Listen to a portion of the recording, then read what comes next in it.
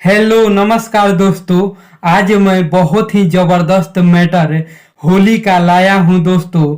Market में बजने वाला बिल्कुल फुल और फ्री। जी हां दोस्तों, ट्रैक का नाम है हाइलोजन परोजन में बार देबू का।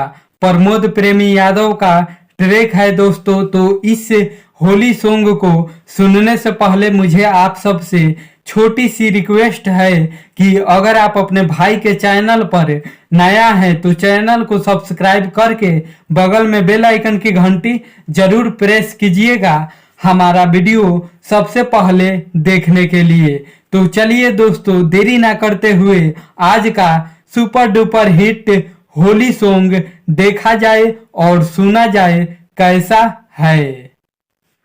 भैया बाड़े बहरा तबो भइल बारू गरम, होलिया में नहीं भौजी लागे तहरा सरम। भैया बाड़े बहरा तबो भइल बारू गरम, होलिया में नहीं भौजी लागे तहरा सरम। देवरा के घेमड़ा लसार देबू का, देवरा के घेमड़ा लसार देबू का। हमारे बैगन चूल्ही में जार देबू का हो, हमारे बैगन चूल्ही में जार देबू का हो, हमारे बैगन चूल्ही में जार देबू का। घोरले बारू बालटी में ललका तू रंग, फेंको तारुआ पन देखा के गोरे अंग। घोरले बारू बालटी में ललका तू रंग, फेंको तारुआ पन देखा के गोरे अंग। कितना खोइले बारू हो तू मोटाइले बारू हो, तबो हमारे वाला खाए खाती धोइले बारू हो। लागे सोर से पानी उतार देबू का, लागे सोर से पानी उतार देबू का। हमारे बैगन चूल्ही में जार देबू का हो, हमारे बैगन चूल्ही में जार देबू का हो, हमारे बैगन चूल्ही में जार देबू का।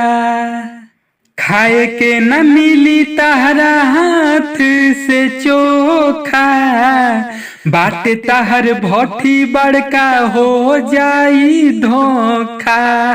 खाए के न मिली तहरा हाथ से चोखा, बाटे तहर भट्टी बड़का हो जाई धोखा।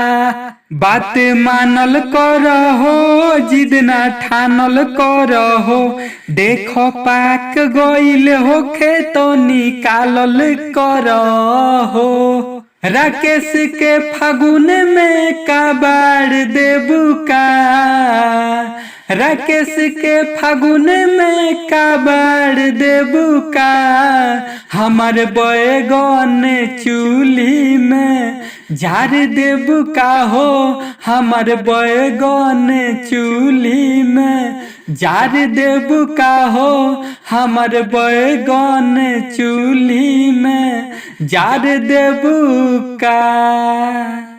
तो कैसा लगा दोस्तों आपके भाई का ये होली सॉन्ग, कमेंट करके ज़रूर बताइएगा। अगर सॉन्ग अच्छा लगा है तो वीडियो को लाइक करना ना भूलिएगा दोस्तों। और हमारे चैनल पर नया है तो चैनल को सब्सक्राइब करके बगल में बेल आइकन की घंटी ज़रूर दबाइएगा हमारा वीडियो सबसे पहले देखने के लिए। तो मिलते हैं दोस्तों अगले वीडियो में नए हिट गीत के साथ। तब तक के लिए नमस्कार, बाय बाय, जय हिंद।